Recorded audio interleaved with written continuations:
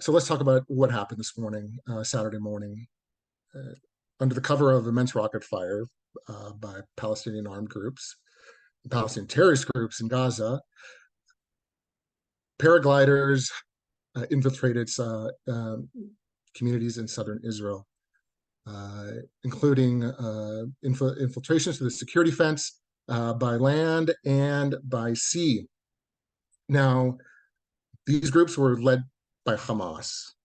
Other groups I've identified that took part in the assault against southern Israel.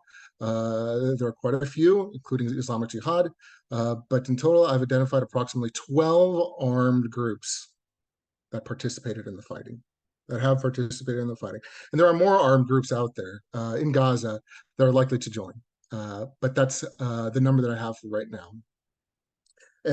Most of them have published statements saying that they've that they've infiltrated Israel. Some of them have said that they have captured IDF soldiers and Israeli civilians. I'll also like to add that of these 12 groups, only some of them, like Islamic Jihad, Hamas, and a few others, are sanctioned as terrorist organizations by the United States. There's a great deal that are not, and that I find that quite troubling. Adding to that is that many of these groups are also backed by Iran. Islamic Jihad is actually a proxy of Iran, so it's very important to note that all these groups have one thing in common, and that's Iran. So adding to that, I'd just like to say as well, there have been new rockets, new armaments that have been, you can say, unveiled by these groups, by Islamic Jihad, by Hamas, which includes drones, rockets, and anti-tank missiles. So I think that's very important. And a lot of this know-how to create or to produce this armament comes from Hezbollah and comes from Iran. So I think that's important to note. But right now, Hamas, I'd just like to add one more thing. This battle isn't only on the ground, it's not only kinetic, but it's in the media, on social networks. Hamas is going to great efforts to publish photos and pictures of dead civilians, dead Israeli civilians, dead soldiers. This is something that on this level I have not seen before, especially those that have been taken into Gaza and abducted. This is a war of the minds, basically, as well. It's a psychological warfare by Hamas. So I think that's important to know. But that's it for me. Got it. Thanks. Over to you, Brad, for your military assessment, what's going on, how the U.S. can be helpful. Great. Thanks, Beth. Thanks to everyone for joining. I'll be very brief. Joe's really following the details on the ground there closely. I'm focused more on how the Department of Defense can help. I'm sure all of you have seen President Biden's statement today where he said, quote, we're ready to offer all appropriate means of support to the government and people of Israel. I'm sure you also saw Secretary of Defense Austin's statement where he underscored that. And he said, quote, over the coming days, the Department of Defense will work to ensure that Israel has what it needs to defend itself, unquote. In my view, that's exactly the right thing to be saying right now. But I think it's important to back up those important words with urgent and tangible action. I think it's, no one knows for sure what the future looks like here, but I think it's a prudent assumption that this war could last a while for a variety of reasons, and that Israel will need to expend large quantities of munitions to defend itself and to defeat what I think can accurately be called a premeditated surprise terrorist attack on Israeli civilians, including men, women, and children.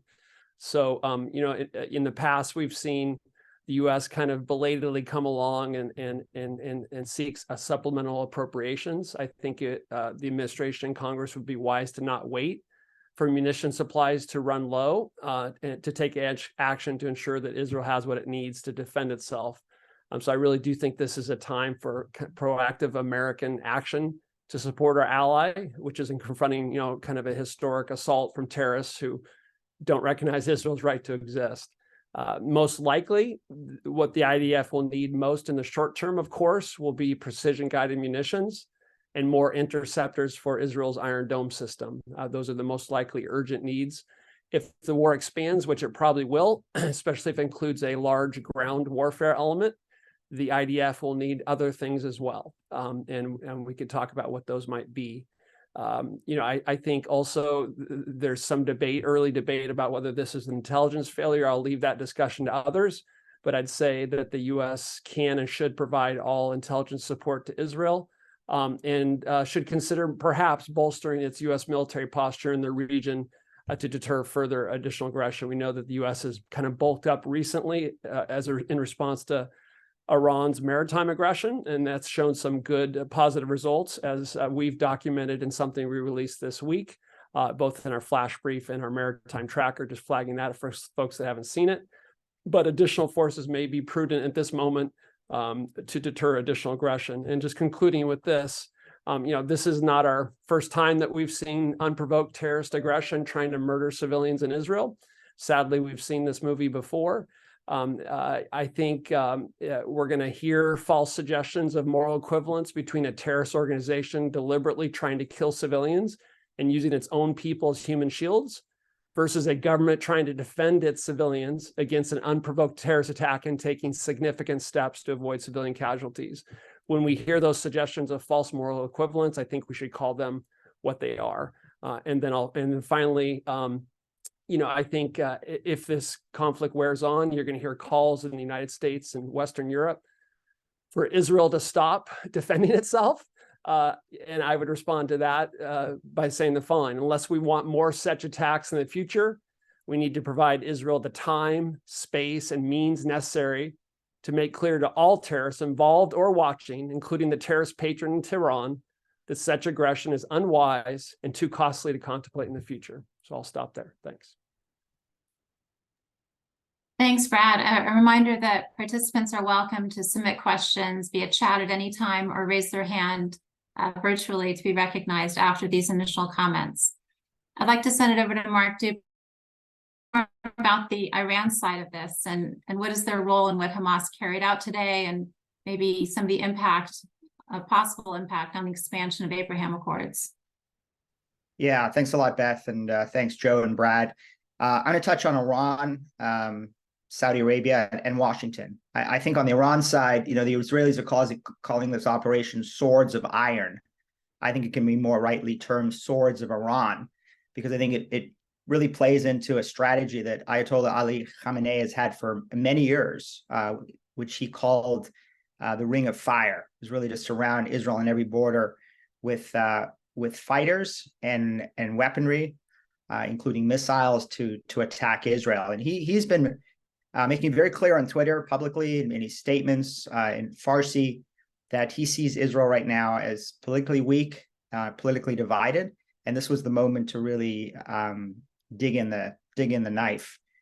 So it should be no surprise that a operation like this was launched by Iran-backed Hamas. I think we can talk maybe in the Q&A about why the Israelis were unprepared or this unprepared, but it's clear that this has been a deliberate Iranian strategy for some time, and you're just seeing another manifestation of it, but really at a level that I think was surprising for many observers. The second issue, overwhelming bipartisan support in Congress, including from critics of Israel. You've seen recently people who, Chris Murphy, Elizabeth Warren, others who've been critical of Israel coming out in strong support of Israel. I think the Biden administration, again, also President Biden, Secretary Austin, very strong support. Secretary Blinken spoke to President Herzog just recently. So overwhelming bipartisan support. I think overwhelming horror in Washington at the scale and scope of the brutality that we've seen on social media, the videos of women and children being butchered and captured and taken back to Gaza. I think it's created not only horror in Washington, but you've seen dozens of countries around the world, including skeptics and critics of Israel in the past who are rallying in support of Israel. I think that has, sort of significant, perhaps political ramifications for Israel as it seeks the legitimacy. The IDF needs the legitimacy and the time in order to continue its operations, which may include moving IDF troops into Gaza. It may include the reoccupation of Gaza in order to root out these Hamas terrorist networks the way that we rooted Al Qaeda networks around the world. And I think you may see a similar sequence of events play out. I want to talk about one interesting outlier in terms of support for Israel, and that's Saudi Arabia, which I think many of you have been really focused on Saudi, U.S., Israel talks, which seem to have been going very well, and maybe one of the reasons why Ali Khamenei decided to unleash Hamas at this time to try and derail those normalization talks. I think the Saudis have run a very predictable playbook, which is sort of public condemnation of Israel, but privately trying to reach out to the Israelis, to the Americans and others to try and be more proactive and positive. I think it's going to fail. I don't think the Iranian strategy will work here to derail normalization. I think normalization from a Saudi perspective is so strategic to MBS economically, politically, militarily, from a national security perspective, that he needs normalization and will continue to move forward.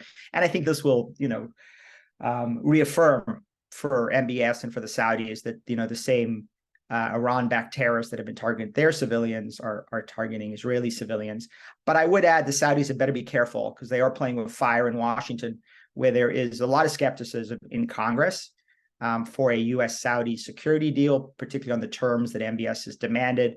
And even strong supporters like Lindsey Graham of the Saudis have come out on Twitter condemning the Saudis for the recent statement that they put out from their foreign ministry. And it'd be interesting to see if the Saudis begin to backtrack on that MFA statement and start to find a more appropriate line in order to rebuild some of that support in Washington. They're going to need to cash in for a normalization deal. I'll stop there.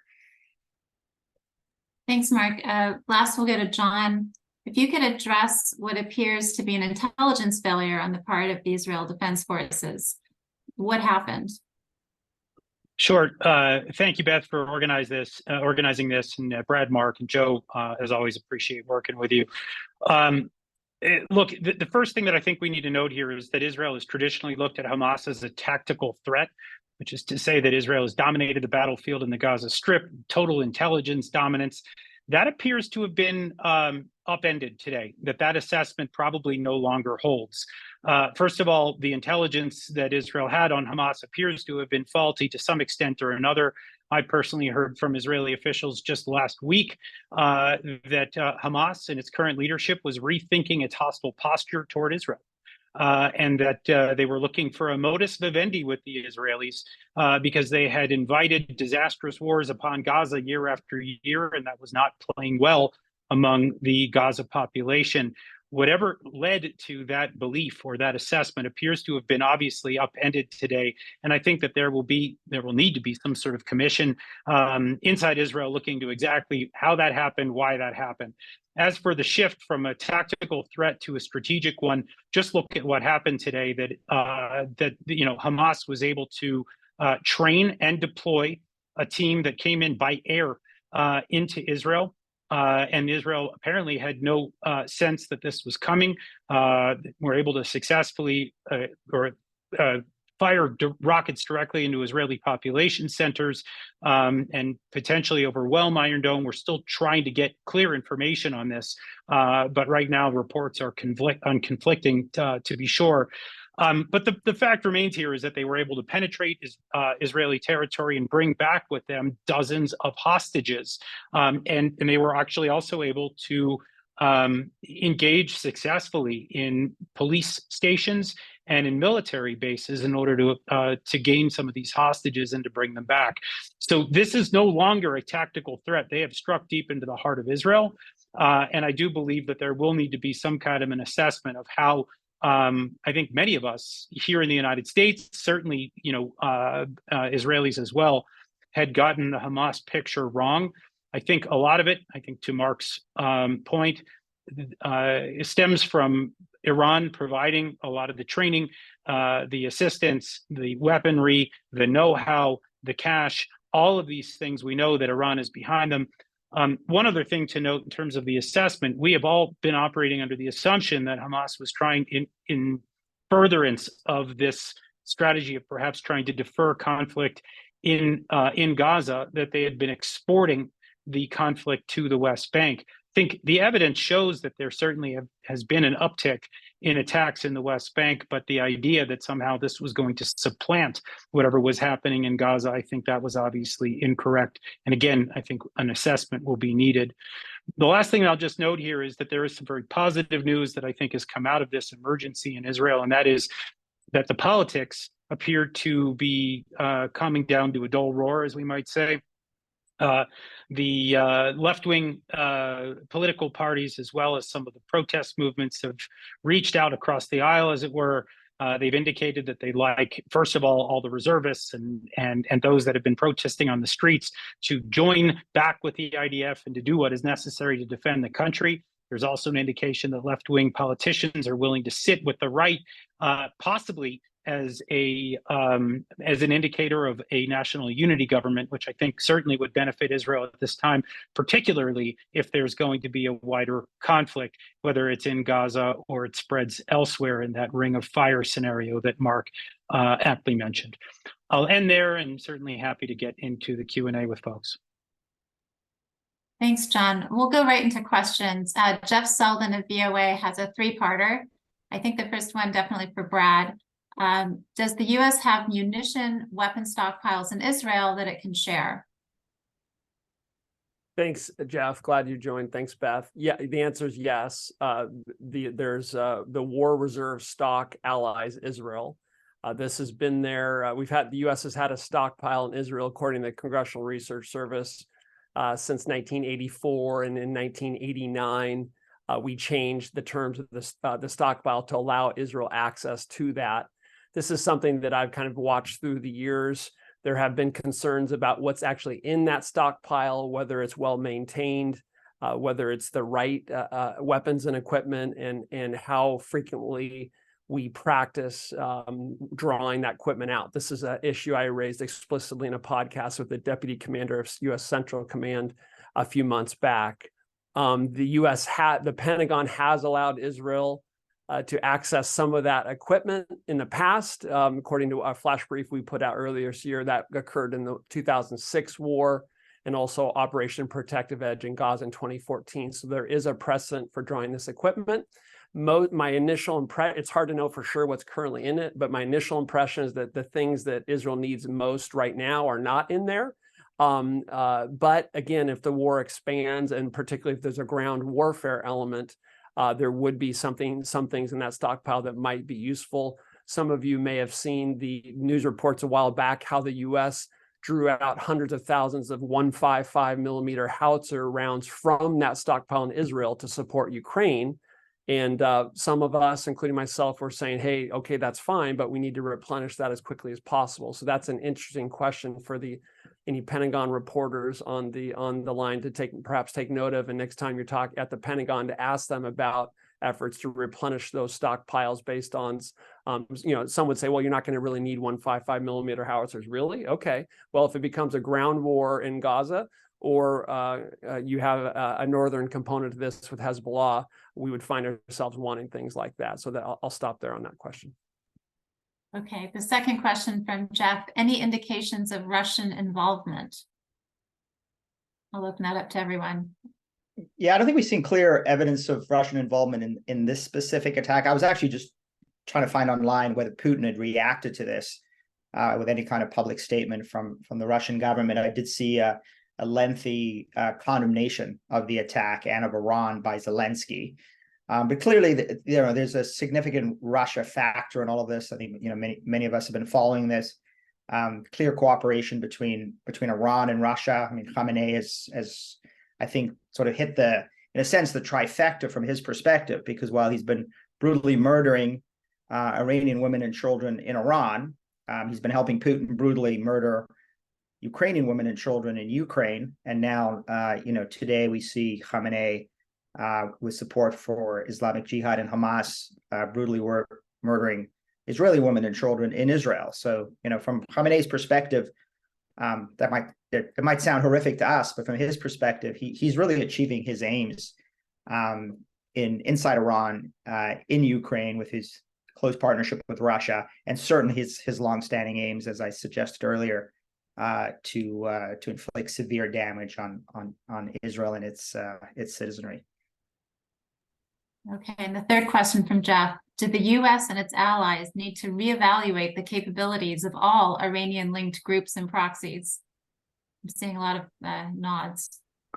I'll jump in briefly on that. Like I said, I think that Hamas has proven itself here to have strategic capabilities that can do strategic damage to Israel. We, of course, know that Hezbollah, we've been tracking for quite a while, that it's been stockpiling PGMs, or precision-guided munitions. These are incredibly lethal weapons that can be steered and targeted using GPS and other means to be able to have direct hits on strategic targets inside Israel. In other words, what we're watching is a buildup across the board with Iranian proxies. And this is, of course, we haven't even begun to look at some of the Shiite militias that are operating inside Syria and Iraq that also may have some of these capabilities. In other words, what we're watching is these years of sanctions relief for the Iranians, or the unwillingness, let's say, to impose these sanctions has allowed the regime to be able to send money to its proxies and to be able to train them in ways that I think others had not imagined, perhaps up until this point. But we are certainly at a dangerous stage right now with a lot of these militant organizations gaining skills that we have not seen in the past. And just to add, excuse me, to what John has correctly said, something I've noticed in the last few years as well is long-range weapon systems, especially that have been primarily in the hands of Hamas in Gaza, starting to trickle down to smaller groups. All right, and these groups like Islamic Jihad have access to different types of drones. They can manufacture these drones. So this know-how is coming from somewhere, right? And which is likely either from Hamas, Iran, or Hezbollah. We've also seen weapon systems in the hands of the Houthis. And so it's an evaluation is desperately needed here, because the proliferation of these types of weapons is increasing, and we're seeing it in the Gaza Strip and actually in the West Bank, but on a much smaller scale. Yeah, and I'll jump in on that, just linking it to the Russia question that I know a couple of you have asked. Obviously, in October, there's going to be the expiration of the UN missile embargo. There was the expiration already of the arms embargo. So I think you're going to start to see, as Joe suggested, the proliferation of even much more sophisticated weaponry, conventional missiles between Russia and Iran, Iran and Russia, Iran to its proxies. I mean, this is now an open field. It's no longer, or in October, it'll no longer be a violation of UN sanctions. And I think the UN embargo had been limiting Russia's proliferation of these weapons, at least for a while. I think the Russia-Ukraine war now is all bets are off, but by October, they'll be able to do this without UN sanction. I know the Biden administration is desperately trying to reconstruct some kind of sanctions regime with our European partners. But at the end of the day, that is not going to be as effective as a UN embargo that's expiring per the terms of the Iran deal of 2015. Okay, a related question, but still different, from Gabriel Gavin of Politico. We've heard lots about Iran's role in this, but Russia has also sought to build relations with Hamas and Tehran. What will Moscow be making of this, and is chaos in the Middle East in its interests?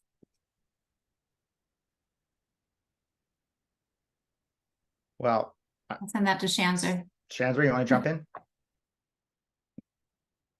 I mean, I'm happy to say real quickly while John's going off mute, it's absolutely in Russia's interest to create chaos in the Middle East, right? Chaos in the Middle East undermines U.S. national interests, forces the United States and CENTCOM to have to refocus on the Middle East, means that the United States is going to have to send men and ships and weaponry into the Middle East, as Brad alluded to.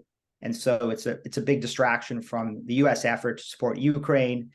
Certainly the Chinese are going to be enjoying this. It's a big distraction for the U.S. effort to support Taiwan. I would say, though, Russia and China are on opposite sides of this. The Russians want chaos.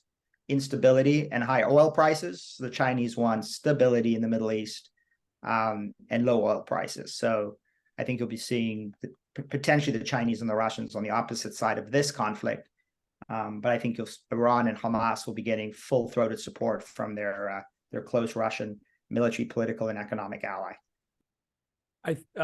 John, unless you want to jump in, John, you want to go next? Go ahead. Go ahead. I was just building on what Mark just said, the grand strategic context here. It's not a direct answer to your question, Gabriel, but hopefully it's helpful. Just underscoring the growing relationships between Russia, Iran, and China. I mean, Iran is basically having an opportunity via Russia and Ukraine to test a lot of its weapons, particularly it's the Shahed 136 and 131 drones, and has reportedly had Iranian personnel in Crimea, kind of learning firsthand lessons on the battlefield that undoubtedly will inform Iranian technology development, weapons development, tactics, techniques, and procedures that, of course, Iran has or will pass on to its proxies. And so, we often simplistically say it's all connected, but increasingly it is. And of course, now we see Iran looking to procure major weapon systems, aircraft from Russia,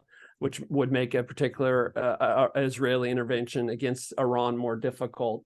And so, and then I would just lastly highlight, many of you may have seen the reports about Russian, Iranian, and Assad regime collusion trying to target U.S. forces in Syria, trying to push them out of Syria. I believe the U.S. retains a strong interest in keeping those troops there. And obviously, Israel also wants to retain its ability to conduct operations in Syria to prevent Iran from building its ring of fire even more and opening up another front with which to threaten Israelis. Great. Go ahead, John. Sorry, yeah, I think that's a good place to build on. Look, I think that right now we see very limited fingerprints in terms of Russian involvement in what's gone on here.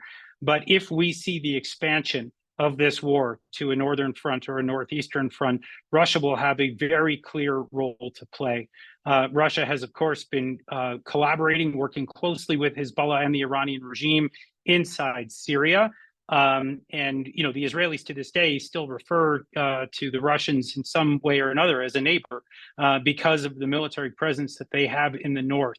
If things expand as a result of today's conflict and Israel finds itself locked in a conflict with Hezbollah to the north, there will be a role for Russia to play. Whether it is a positive one or a negative one could depend significantly on the kind of pressure that the U.S. and Israel and others place on the Russians. I don't know at this point whether they're going to be willing to listen to reason, but there has been, up until now, a professional relationship between the Israelis and the Russians as it relates to Israel's activities, usually under the cover of darkness or under the cloud of war, where Israel has been targeting various weapon shipments en route to Hezbollah in Lebanon. The Russians have worked with the Israelis. It's not an easy relationship. It's not a friendly relationship, but it has been a professional one. Whether that can be sustained in the event of an expansion of today's conflict to the northern front, if and when that happens, that is really the X factor here that I look at with regard to Russia. Okay, we'll move on to AP's Amar Madani. Do you think internal division over the judicial reform had distracted or contributed to Israel apparently being caught flat-footed? And then what is the long-term political impact for Biden on this? There's another one. We'll stick with that one. Maybe you Schanzer, can handle that. Look, I think you've got your finger on something important here. Without question, the judicial reform debate and the chaos that we've seen on the streets of Israel week after week has had some role to play. In terms of, I think, the lack of readiness. This is something that Mark and myself, we've warned about, that Israel needed to keep its eye on the ball, namely the Iranian axis, the threat that it posed to Israel.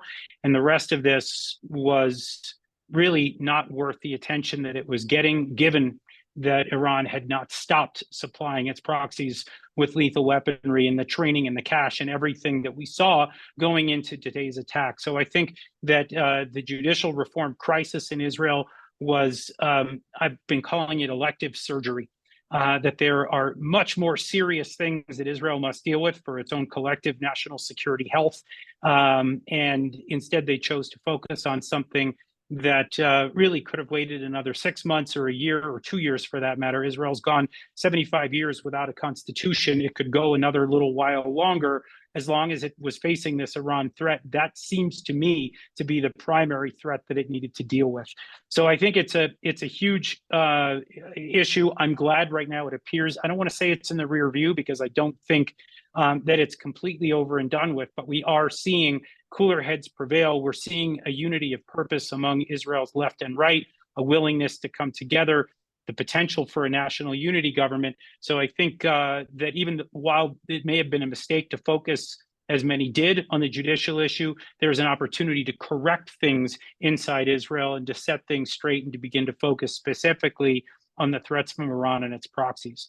On the question of Biden, look, there will come a moment, and I think others on this call have already alluded to it, that when Israel begins to respond in earnest, and there will be at some point casualties in Gaza, there will be mistakes that often happen on the battlefield. No military is perfect. That's when I think the president will come under fire from his left flank. I think, by the way, he did a good job in the 2021 conflict of holding them at bay for most of the 11 days that Israel was at war. I suspect that he will do the same, but the longer this has the potential to drag out, the more pressure I believe the president will come under from his left flank and perhaps from others in the international community that will blame Israel for its response in defending itself. Yeah, I want to jump in on this because I'm a little less optimistic and maybe more critical. I think, first of all, John and I have been warning about this. Well, but more importantly than John and I warning about this, the chief of staff of the IDF, the head of Mossad, the head of Shin Bet, the Israeli FBI, have been warning Bibi for months that the debate over judicial reform and the coalition government's refusal to compromise with much of Israeli society on this would severely undermine Israeli military and intelligence readiness. And there was a huge distraction from the external threats that were mounting on Israel's borders, which again, as we've discussed, were not a secret. Khamenei had made it very clear that he was looking for an opportunity, that Israeli society was severely divided, and this was an opportunity to hit the Israelis hard when they're at their most divided and weakest point. So he was getting these warnings. Netanyahu was ignoring these warnings. So I don't think it's a big surprise that we woke up this morning and discovered exactly what not only we've been warning, but what the heads of the military and intelligence heads of Israel have been warning. I think this is Bibi's Yom Kippur moment, or Golda. Bibi is Golda today. And if you remember 50 years ago, a couple of weeks ago, just recently celebrating or commemorating the 50th anniversary of the Yom Kippur War, a very similar situation happened. Massive military and intelligence, but mainly a political failure on the part of former Israeli Prime Minister Golda Meir to listen to her military and some of her intelligence chiefs who were warning about a full-scale invasion by Egypt and Syria. And of course, that war was initially devastating for Israel. The IDF turned it around, won a significant military victory, but it had significant, devastating political consequences for Golda Meir, whose political career was damaged, and she resigned shortly after that. I don't know if Bibi survives this. I'm not sure he survives this kind of blow. I mean, the Israeli public is going to unify. The 250 Israelis killed, 1,100 injured, 20 hostages being taken in Gaza, including Israeli kids. There's no way the Israelis, Israel's going to put up with this. They will unify, as John said. The reservists are all going back. I imagine there'll be a full-scale mobilization over hundreds of thousands of Israelis, and maybe the IDF is going back into Gaza. So from a military point of view, like the Yom Kippur War, I can see the IDF really turning this around, or maybe turning this into a military victory, and perhaps maybe getting rid of Hamas once and for all in Gaza. From a political perspective, I think this is going to be pretty devastating for the prime minister. And I think his attempts to form a national unity government are admirable and necessary, but he continues to include members in that government who are not only extreme, but are completely unqualified from a military and security perspective. And we saw the devastating results of having people in your coalition who do not have military experience, intelligence experience, and in fact are ideologues who prevented the prime minister from fully appreciating and fighting against the threats that were mounting on his border. Mark, I'm going to just add to that, because I think you're 100% correct. And of course, you and I think, have been in agreement on this from the start. I think the deployment of forces to the West Bank has been the result of political decisions, as well as some of the military assessments. But I think that has potentially undermined Israeli readiness for this moment. I do think that whatever happens to Bibi, it will take a little bit of time. We're going to have to let the dust settle here. There are a couple of things that I would look for. One is if there is a potential need to go with boots on the ground into the Gaza Strip. This is, of course, something that Netanyahu would be loath to do. He is not typically his MO is not to send forces. He doesn't like to put Israel in the potential for a quagmire.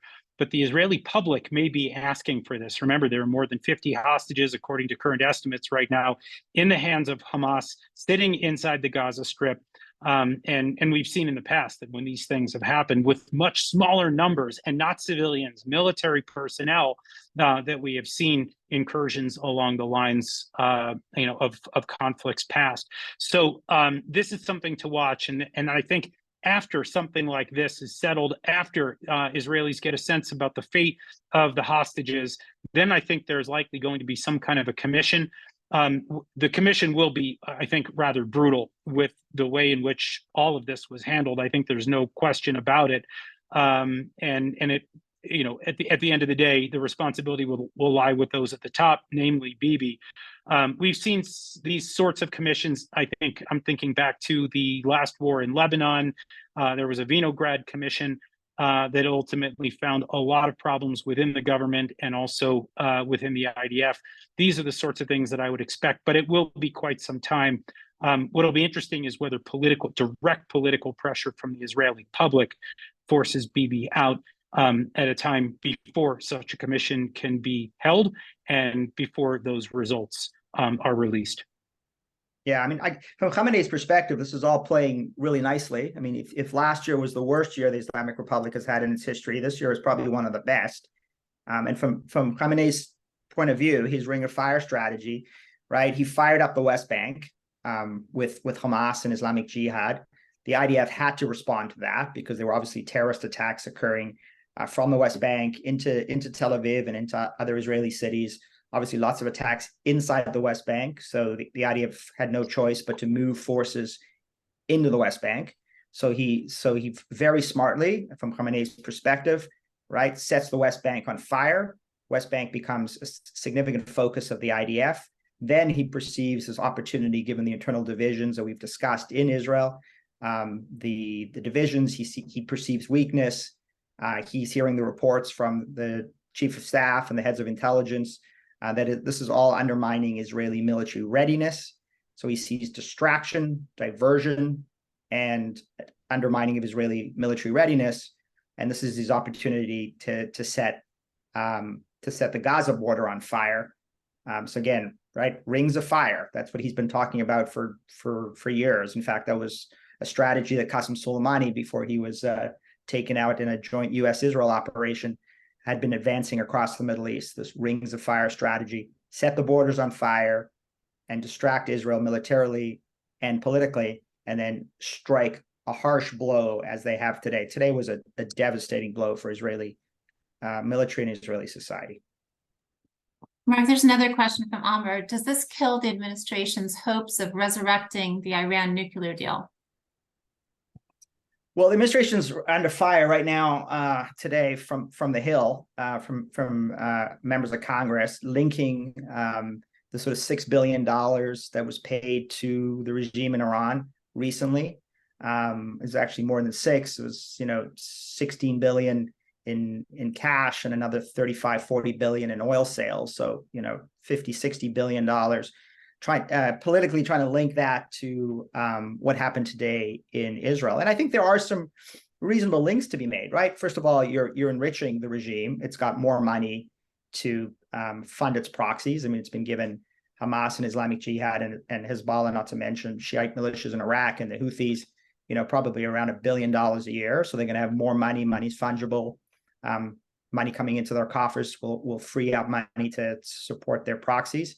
So I think the administration is taking a political hit on that, and is under fire. And you saw a statement from the Undersecretary of the Treasury, Undersecretary Nelson, today, trying to de-link the $6 billion from what happened today in Israel. So you can see the sensitivities there.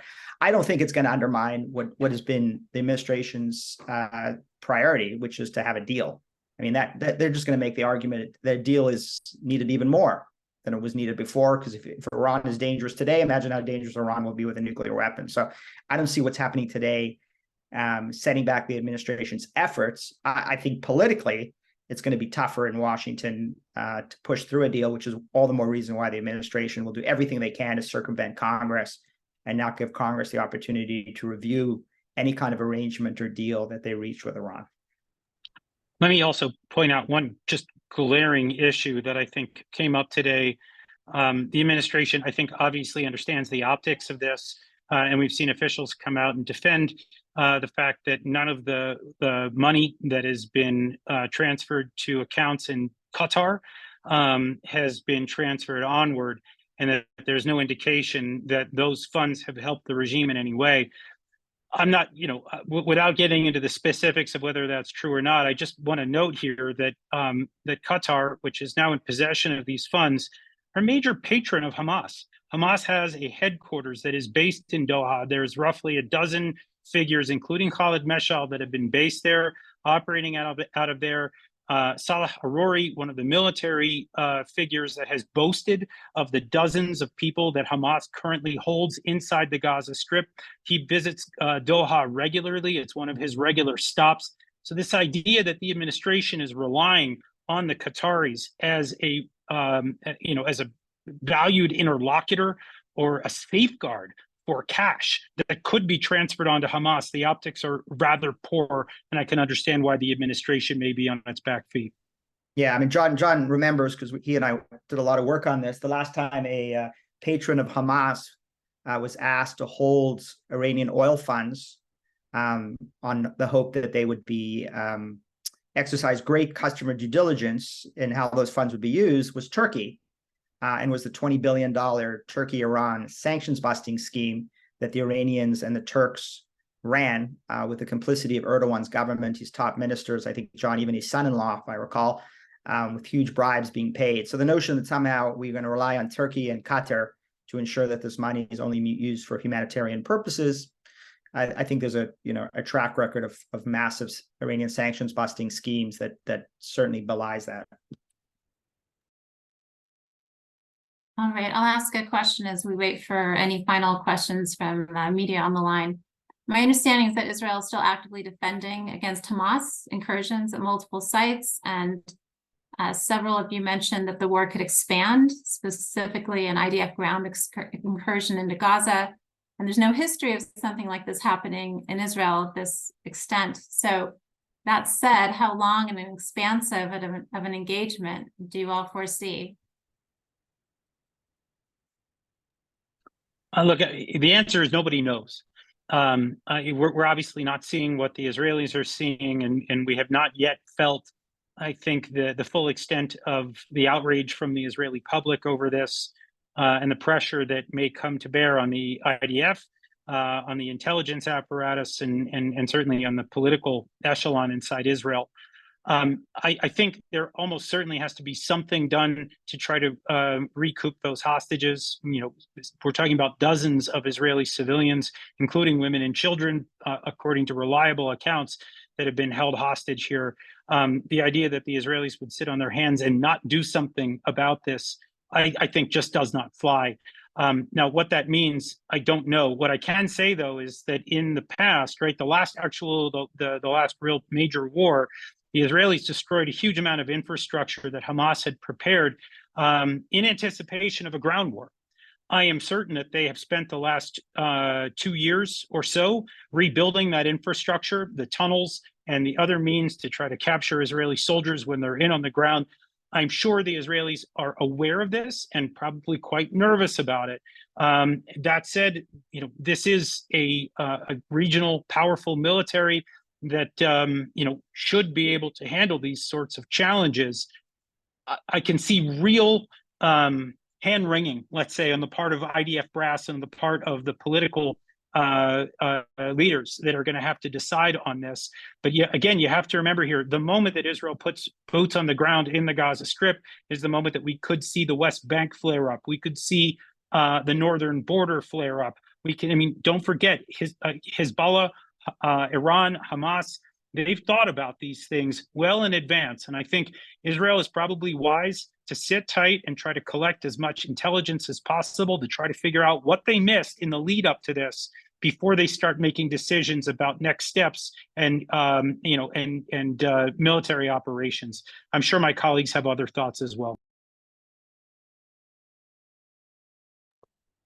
John, you said it perfectly. My concern right now is that, especially during a possible Israeli ground operation, there will be other fronts that will be ignited. A few days ago, for example, Islamic Jihad Secretary General Ziad Nakhala stated that new battalions or fighters or whatever you'd like to call them have been formed in Lebanon, southern Lebanon, in Syria, and in the West Bank.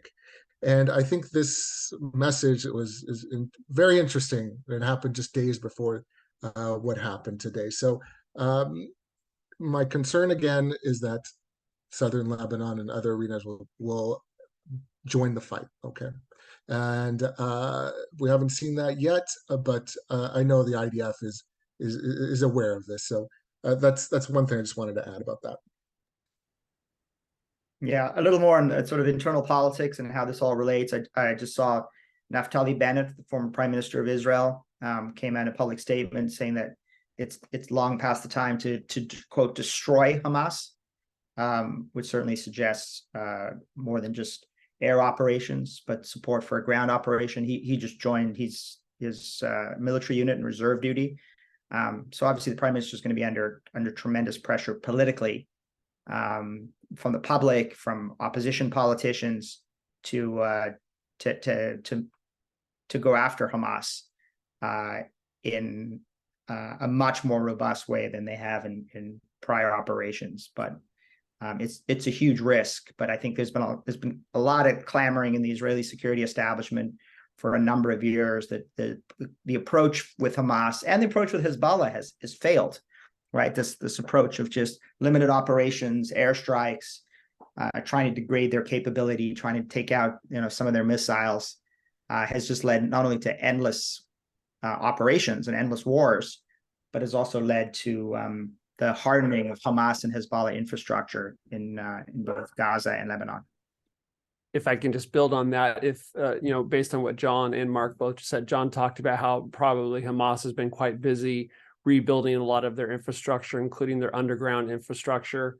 And if Israel's objectives vis-a-vis Hamas are more robust, then in my opinion, there is no way that Israel will be able to accomplish that simply with airstrikes. And that would require a ground incursion. And a ground incursion obviously is going to be more difficult and it's going to take longer. And that has direct implications for what kind of support that Israel may need from the United States. A new question in from Gabrielle of Politico. We've seen extremely clearly communicated U.S. red lines crossed in Nagorno-Karabakh in recent weeks, the threat of the same in Kosovo, and now this brazen move by Iran and its allies. Why are hostile regimes choosing now to act, and is Washington not doing enough to ensure there are consequences? I choose Brad Bowman for that one because he wrote a brilliant monograph on U.S. for deterrence and what happens when U.S. deterrence is questioned and weakened. So Brad? Oh, thanks, Mark. Yeah, no, it's sometimes there's coordination, and sometimes one actor sees another actor acting, and then they say, now's the time to roll the dice. I've been talking about that in the China-Russia context for about 3 years now, warning that the United States military does not have sufficient capacity to deal with major operations in, say, the Baltics and the Taiwan Strait at the same time, and that many of our war plans are based on antiquated, dangerous assumptions that need to be updated. So, I wouldn't want in any way suggest that things are necessarily directly coordinated or connected, but people watch. And I'd say when the world sees the U.S. conducting a reckless withdrawal from Afghanistan against the advice of military commanders, it's safe to assume that Vladimir Putin took note of that. And that may have informed his thinking about what he did in February of 2022 in Ukraine. And of course, Hezbollah is watching what Hamas is doing, and actors in the West Bank are watching. Everyone's watching. And deterrence is based on, I won't get wonky, don't worry, but deterrence is based on two things. It's based on perceptions, not reality, perceptions of military capability and perceptions of the willingness of political leaders to use that military capability to impose cost, to either prevent you from accomplishing your objectives with military force or impose costs that are unacceptable.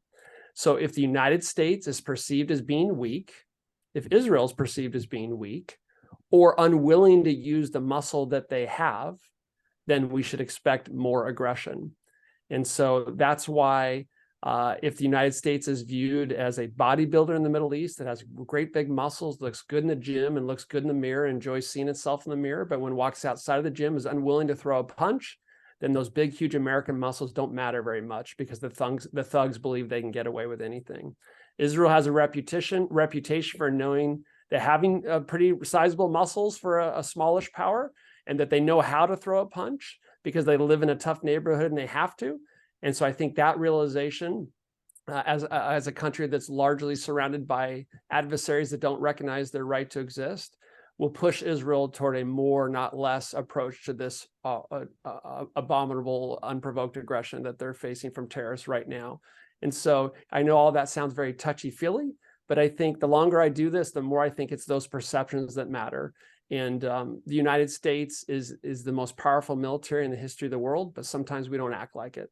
And because we don't act like it, we confront more aggression than we need to confront. Israel understands that, and I think, and I'll defer to Mark and John and others on Israeli domestic politics. But if you buy what I'm saying, I think this has policy implications for the United States in this moment, not just in the Middle East, but more broadly. But it also has policy implications for how Israel will be forced to respond, because the terrorists involved and the terrorists watching and the terrorist patrons in Tehran are all watching, and they're going to make decisions about future aggression based on what happens in the next few days and weeks.